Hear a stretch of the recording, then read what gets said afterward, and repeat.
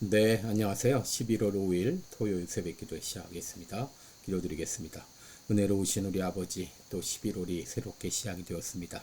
이제 금년도 2달밖에 남지 않았는데 남은 기간 아버지 유종의 미를 거두는 귀한 2달이 되며 마땅히 금년에 해야 될 모든 일들을 잘 감당하는 우리 모든 성도들이 되게 하여 주옵소서.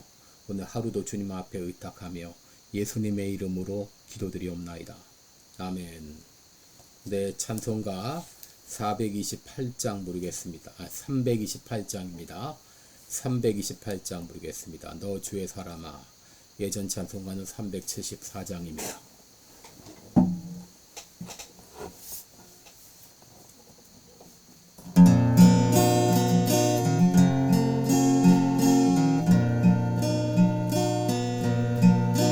너 주의 사람아,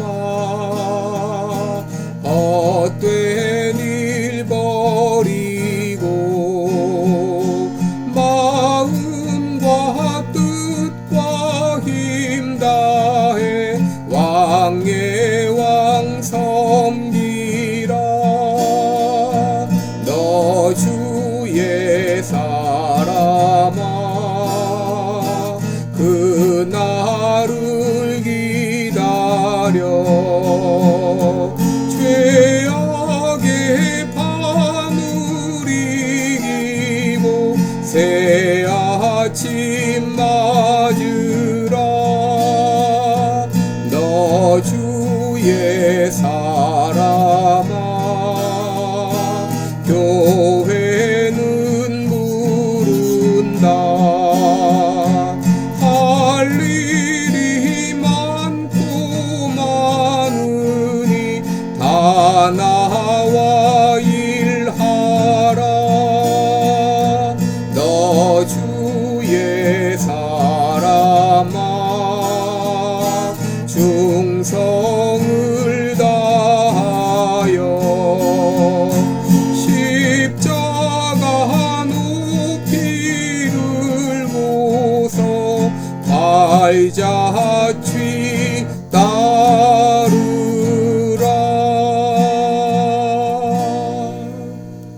아멘.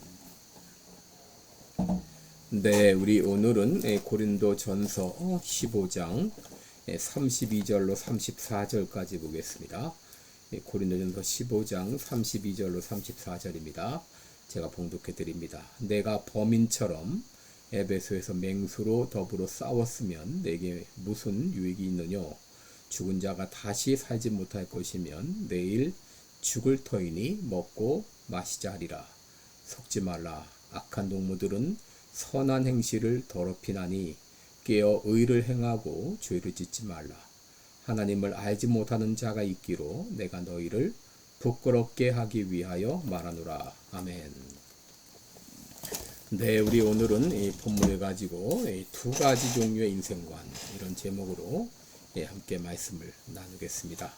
오늘 우리 본문에 두 가지 종류의 인생관이 소개되어 있습니다. 첫째는 이 쾌락주의적 인생관입니다. 이것은 현세주의적 인생관이다, 이렇게 말할 수도 있는데요. 32절 보시면 내가 범인처럼 에베소에서 맹수로 더불어 싸웠으면 내게 무슨 유익이 있느냐? 죽은 자가 다시 살지 못할 것이면 내일 죽을 터이니 먹고 마시자 하리라. 여기 마지막에 보면 내일 죽을 터이니 먹고 마시자 하리라, 이런 말이 있는데요. 여러분, 이 당시 이 쾌락주의가 유행했습니다. 이 쾌락주의는 쾌락이 인생의 목적이며 고통을 피하는 것을 최고의 선으로 보는 철학인데, 그들은 이 고린도 교회는 이런 잘못된 철학 분위기에 오염되어 있었습니다. 그러다 보니 내일 죽을 터이니 먹고 마시자, 이런 그릇된 철학이 그들 가운데서도 스며들게 된 것이죠. 여러분, 이 오늘날 사람들의 인생관은 이렇게 먹고 마시고 즐거워하자, 이것이 오늘날 대부분의 사람들의 인생관입니다. 여러분, 사람들이 이렇게 쾌락주의에 빠지는 이유가 무엇입니까? 그것은 내세를 믿지 못하기 때문입니다. 부활을 믿지 못하기 때문입니다. 그렇기 때문에 이 생이 인생의 전부라고 생각해서 이 땅에 있는 동안에 하고 싶은 거 다 하고 먹고 싶은 거 다 먹고 놀고 싶은 거 다 먹고 심지어 불법을 행하는 것도 마다하지 않습니다. 자기의 목적을 이루기 위해서 수단 방법을 가리지 않습니다. 어떻게 해서라도 돈을 벌고 권력을 쥐어서 이걸 통해서 그저 먹고 마시고 즐거워하자 하면 그것이 전부입니다. 그렇게 하는 이유가 무엇입니까? 부활도 믿지 않고 내세도 믿지 않고 최후의 심판도 믿지 않기 때문입니다. 여러분, 내세를 믿지 않는 사람들이 도덕성을 갖기란 거의 불가능합니다. 그리스의 역사가인 투키디데스는 아테네에 치명적인 전염병이 닥쳤을 때 그들이 온갖 부끄러운 범죄를 저질렀고 모든 음탕한 쾌락을 탐내었다라고 말합니다. 여러분, 이생이 끝이라고 생각하는 사람들은, 내세를 믿지 않는 사람들은 못할 짓이 없습니다. 그저 먹고 마시고 즐거워하자. 이것이 그들의 인생관입니다. 여기 또 한 가지의 인생관이 소개되어 있는데요. 이것은 내세주의적 인생관입니다. 여러분, 내세주의적 인생관은 내세를 믿고 부활을 믿고 최후의 심판을 믿고 살아가는 인생관입니다.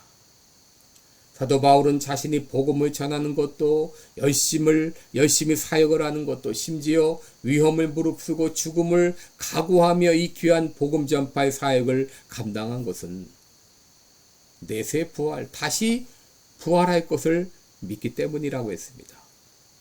그리고 만일 부활이 거짓이고 우리가 사는 것이 이생뿐이라면 그리스도인들은 세상에서 가장 불쌍한 자일 것이다 라고 말했습니다. 그러나 여러분, 사도 바울은 예수님의 부활을 직접 목격했고 그리고 자신도 다시 살 것을 믿었기 때문에 그러기에 수없이 많은 고난을 당하고 심지어 죽음에 직면한 가운데서도 자신은 가장 행복한 사람이라고 선언했습니다. 여러분, 내세를 믿는 사람들은 삶이 다릅니다.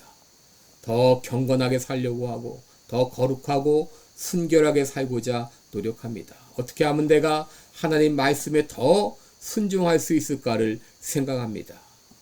그리고 이 땅의 것을 내세의 가치관으로 평가합니다.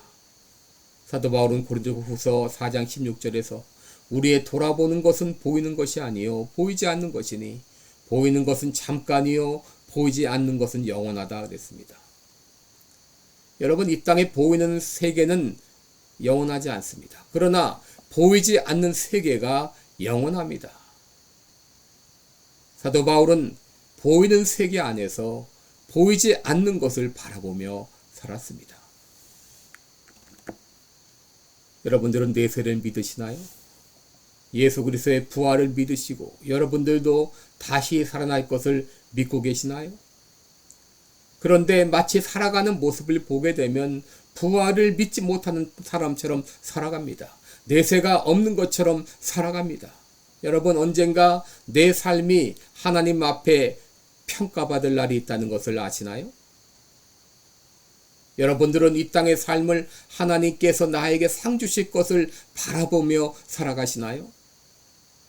예수님의 부활을 믿는다고 하면서도 왜 마치 부활을 믿지 못하는 사람처럼 살아가고 있나요? 그러게 사도 바울은 오늘 본문 33절에서 고린도 교회에 속지 말라라고 경고합니다. 속지 말라. 여러분, 세상의 물결이 얼마나 우리를 유혹합니까? 나도 모르는 사이에 그리스도인들도 세속의 물결에 물들어서 휩싸여서 마치 내세를 믿지 못하는 사람처럼 현실주의적으로 현세주의적으로 살아가고 있지 않습니까? 그러게 34절에서 사도 바울은 영적으로 잠자고 있는 고린도 교회를 향하여 외칩니다. 깨어 의를 행하고 죄를 짓지 말라. 사도 바울은 로마서 13장 11절 이하에서 이렇게 말했습니다. 또한 너희가 이 시기를 알거니와 자다가 깰 때가 벌써 되었으니 이는 이제 우리의 구원이 처음 믿을 때보다 가까웠음이니라. 밤이 깊고 낮이 가까웠으니 그러므로 우리가 어두움의 일을 벗고 빛의 갑옷을 입자. 낮에와 같이 단정히 행하고 방탕과 술 취하지 말며 음란과 호색하지 말며 쟁토와 시기하지 말고 오직 주 예수 그리스도로 옷 입고 정욕을 위하여 육신의 일을 도모하지 말라.